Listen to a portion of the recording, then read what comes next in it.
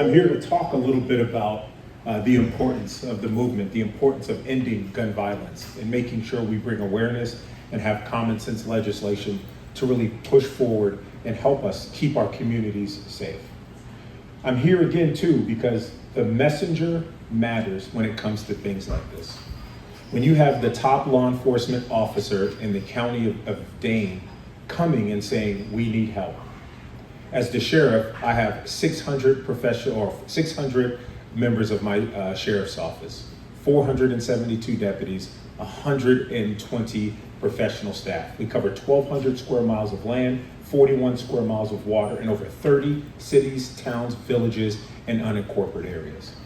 But I'm here to tell you, we need help. We are not going to arrest our way out of the issues we see in our community. We are not going to arrest our way out of the issues we see with gun violence. By the time law enforcement gets involved, it is too late. The tragedy has already been done. The damage has already been done in our communities. And it is up to our leaders on both sides of the aisle. It is up to our leaders on criminal justice reform and stakeholders to ensure that we have proactive efforts before the tragedy happens. Because like Tim's shirt says, thoughts and prayers are not enough. We need action and policy. And the importance of this really comes down to how I view the issues we see in our criminal justice system. Can you imagine a fast-flowing river going from left to right? And in this river, we have all of the issues we have in society. Not common sense gun laws, addiction, lack of health care, lack of mental health care, all of the issues we see in this fast-flowing river. And law enforcement is downriver trying to pull people out of the river, when what we need to do is go upstream and find out why in the heck people are falling in the river in the first place. But all of the emphasis gets put on us to solve society's issues. But I'm telling you, we cannot do it alone. We need common sense legislation to ensure that those with short-term and long-term mental illness do not have access to these weapons. As the sheriff in 2022, we had the most successful gun buyback program in the history of the state of Wisconsin.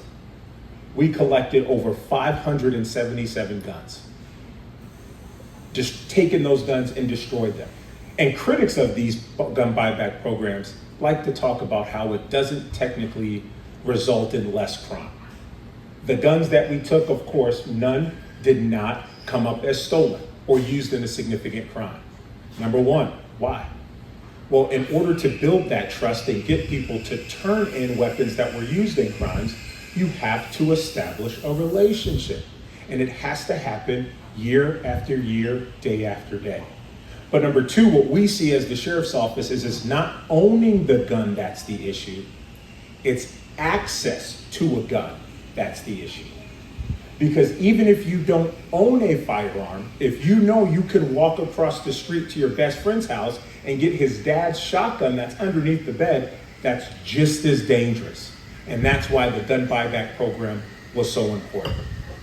To help us with that, I want to tell you just a brief story about someone that came up to me during that gun buyback. It was a husband and a father, or it was a man and a wife, a dad, a mother and a father. And they were in their 60s. And they came up to me, they pulled me to the side and said, Sheriff, I just wanted to thank you for having this. And I was like, of course. And they went on to explain that they had a son that they purchased a AR-15 rifle for when he turned 21. But over the past several years, they noticed a change in his behavior. They noticed a change in his postings of violence on social media. They walked into his room and saw things that they never saw before they purchased that firearm for him. And they said, thank you for this opportunity to turn his firearm in and take it out of his hands.